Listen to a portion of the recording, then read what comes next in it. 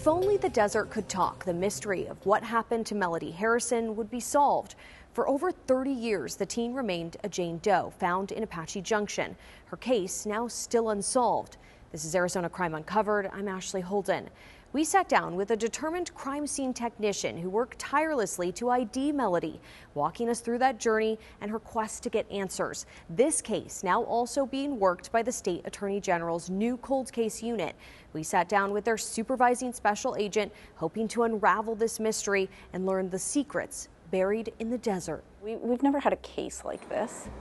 We deal with cases, but not a case like this. It was about 17 years ago when crime scene technician Stephanie Bourgeois opened up that case file she's talking about. A 1992 death in Apache Junction.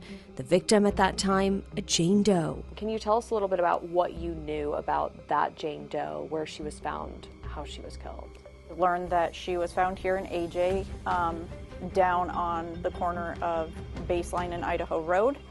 And it was August 6th of 1992 that she was located there. It was mostly skeletal remains.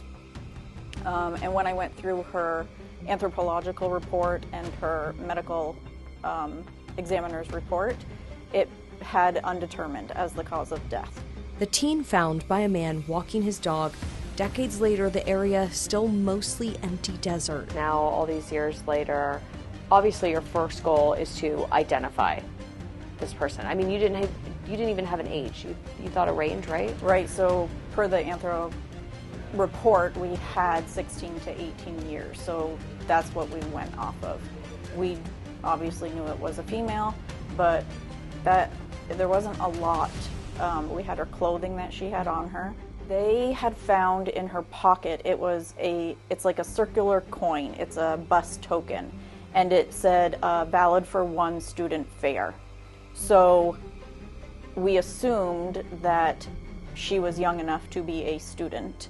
But when follow-up was done on that coin as to like where can you get these, it turns out that a lot of schools in Phoenix gave these to children so that they could take the bus home. When you looked at the case, were you like, we've got to figure out who this is? Or what kind of drew you to focus on this case? One, I think the fact that she was so young. It just didn't make sense as to, if she's not from this area, like how did she get out here if she's that young? And back in that time, Apache Junction was so rural. It was dirt road. It wasn't like this was off, the highway didn't even come all the way out here at that time, the 60. So I think the fact for me that something just didn't add up. Stephanie pouring through the case file and runaway reports from that time. So back in 2008, I wanted to see if we had entered her into CODIS per se, and if we had got her fingerprints into APHIS. So I went through all of the stuff that we had collected for physical evidence, and I resent that to the lab. There were some people that we wanted to re-interview to see if they had anything they could tell us that maybe they hadn't back in the day. It had been a long time, so people were re-interviewed as well. New facial recognition done with help from the FBI in 2012. That aided with a push from police years later. There were billboards that were put up, though, too. Is that right? Because of her age, that she was possibly a juvenile, NCMEC, the National Center for Missing and Exploited Children, assigned her a caseworker. And so I worked with NCMEC, and they have funding, and we tried to put up billboards in the Phoenix area. And I think there were either 2 or 3 billboards that went up. Valley cold case nearly 3 decades old, but detectives are still hopeful somebody may know this Jane Doe. She's just this young female that was just left in the desert. I mean, she deserves to be identified. Her family deserves, if they don't know where she is, they're still looking for her. What was considered old-fashioned police techniques were used while exploring if new technology could help. Talk about getting that big break. What did it take to finally identify this teenager? So in, I think it was 2018, we paired with DDP, which is the DNA Doe Project. And they are volunteers that do genetic DNA, but eventually DDP worked her genealogy, her family tree, and it took a long time because of her genealogy makeup. She is partially African American, Hispanic, and Native American. And so it took quite a while, but in 2023, they were able to narrow down that family tree to her parents. And then we were able to identify her. A first cousin helping put the genetic puzzle pieces together, pointing Stephanie to a Phoenix teen, Melody Harrison, the first relative Stephanie was able to find, the 15-year-old's mom and sister. Her mother and sister came, and I told them what I knew, and they had told me that yes, she had gone missing in 1992, and I should have said this, but Melody, when she was the Jane Doe, she had a ring on her finger. It was a gold nugget ring, and we could never find anything off of that ring. And so I had photographs of her clothing, that ring, and the Phoenix Bucks token. And I showed them the clothes, and they were like, no, this doesn't, look familiar. And I showed them the bus token, and they're like, well, yeah, but we could have got that at school. We got those all the time at school. And when I showed them the ring, Michelle, her sister, just started crying, and she was like, that's her ring. And I said, well, how do you know it's her ring? And her mother says, I gave both Michelle and Melody the same exact ring for Easter, and Michelle still had her ring. So we knew that this was going to be Melody. So I collected DNA from her mother and Michelle just so we could send it to the lab and compare it to what we had on file to confirm it was. And then maybe just a couple weeks later, we got the confirmation. A confirmation that would unknowingly connect long-lost relatives and spark a new phase of the case, while also bringing back to the surface theories in the teen's death. I call it the old, but the case file itself, there are lists of people that were serial killers convicted of crimes. A major breakthrough in a decades-old Valley cold case. Human remains were found in a remote desert area of Apache Junction. They've now been identified as 15-year-old Melody Harrison. So when you make this identification, how are you feeling as a department and someone who has worked this case for over a decade? It's hard to put into words, but it's just finally, I can't say it's closure because I don't feel like the case is not closed yet. We don't know what happened to her, but it's just that we finally know, and now her parents can move her where they want her to be and put her in her final resting place. That aspect of it, it's just not really, it's hard to explain. It's emotional, it's joy, it's sadness, but again, we're still not done with this case. How has Melody's family reacted to all of this? And, this is a whole probably new phase of their life right now. Yeah. I'm sure for them it was shock. It was very emotional. It's very sad. But there is also the positive side of the genealogy that in the process of this, we located a man who was Jane Doe's full uncle, and his name is Patrick, and Patrick is in North Carolina. Patrick has a difficult history for genealogy purposes. He was adopted out of Germany. He didn't know any of his family, but he is Jane Doe's full uncle. So when we were investigating this, that's all I know is that I have this man who knows none of his family, thought he was an only child because he was adopted. He knew he was adopted, but he knows nobody, and he is her full uncle, and he's in North Carolina. So when I call him, I'm like, have you ever been to Arizona? Nope, I've never been to Arizona. Patrick turns out to be Melody's father's full brother. Patrick and Benjamin have a lot of siblings on his father's side. There are some still in Germany, and there are some here. So Benjamin, which is Melody's father, thought he was an only child as well.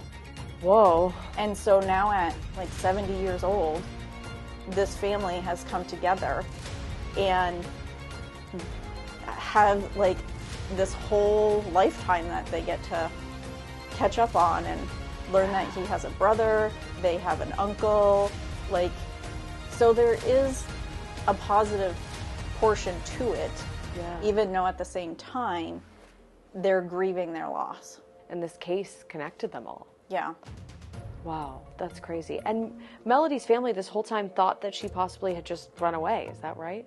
Yes, and they reported it to the police that they thought she had run away, but they knew something was wrong because she didn't run away and like stay for days. She would leave for a little period of time if she got into an argument with a sibling or whatnot, and then she would come back, and she didn't come back, and that was not like her to not come back.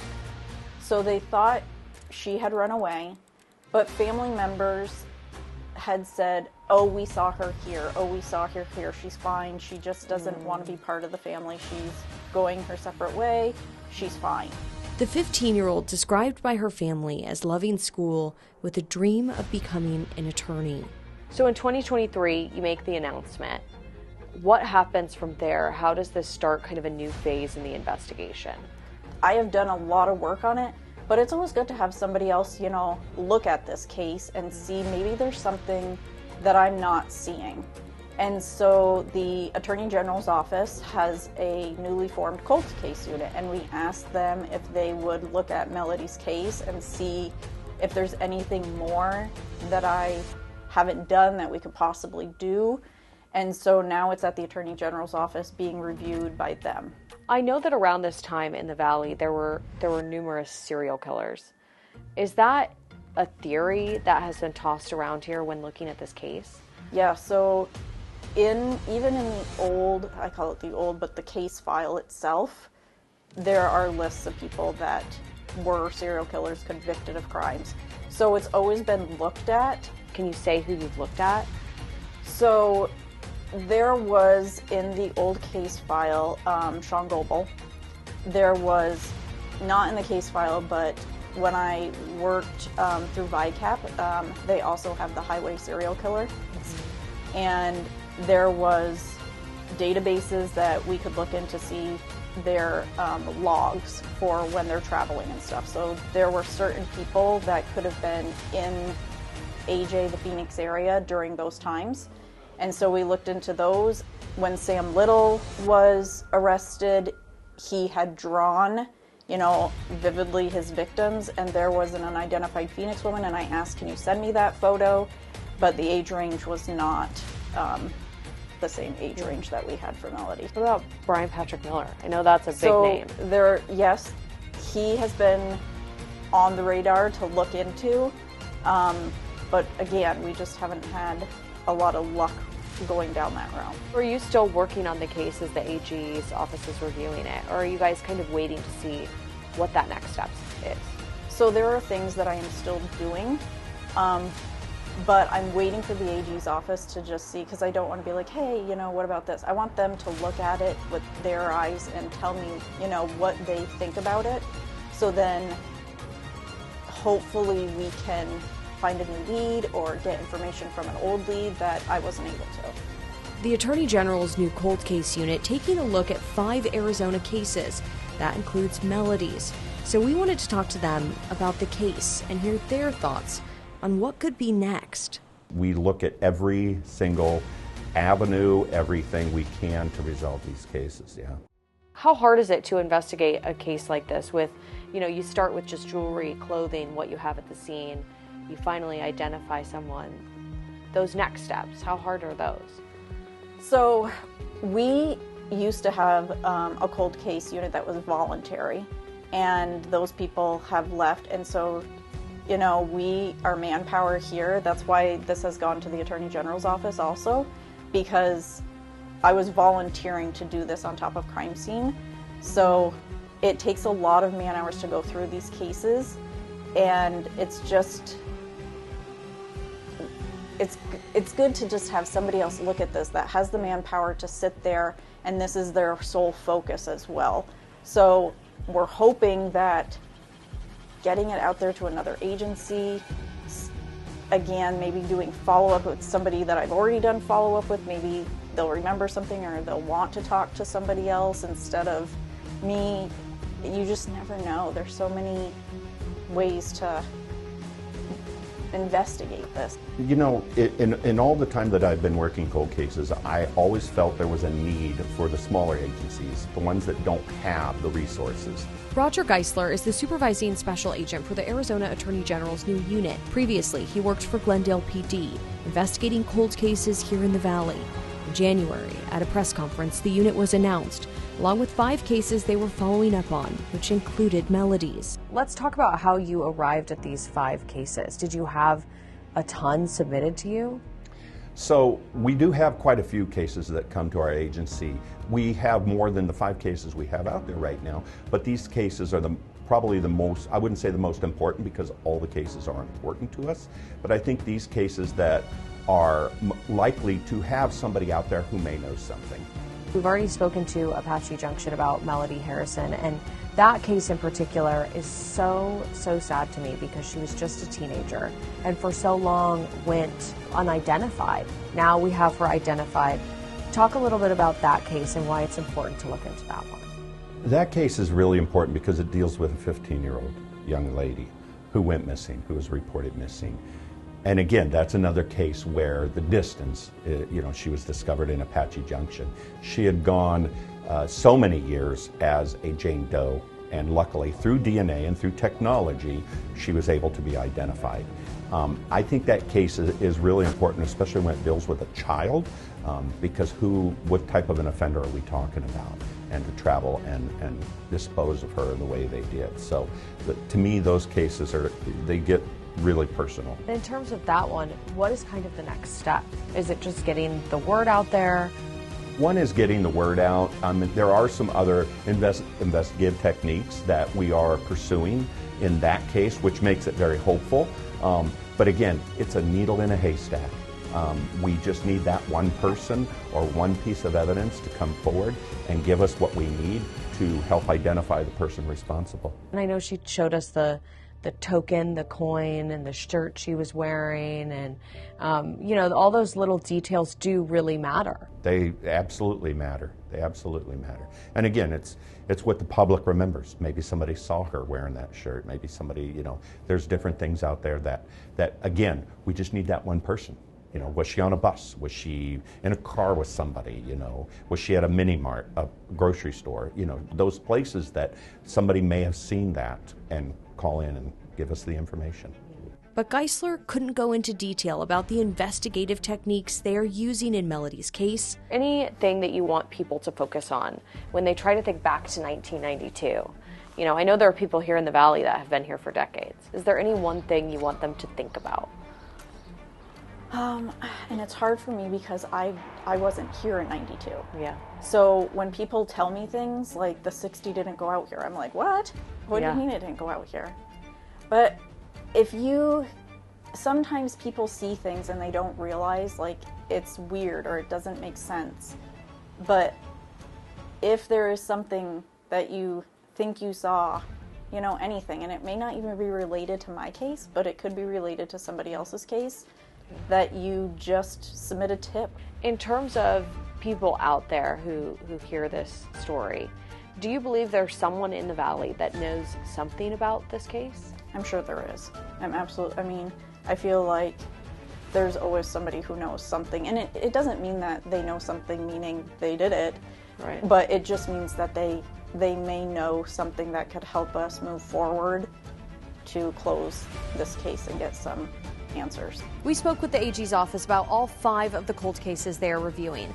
We will be airing and posting more from that interview. We also have more information on our ABC15 app about the cases. As always, we will cover any developments here on Arizona Crime Uncovered. Thank you for watching Arizona Crime Uncovered. We're working to bring awareness to crimes where victims are still awaiting justice and also provide an in-depth look at cases still unfolding. Each episode breaks down a timeline of the case, where it stands now, and if any help is needed from the community. You can watch on ABC15.com, the ABC15 mobile app, Roku, YouTube, or any of your other streaming platforms.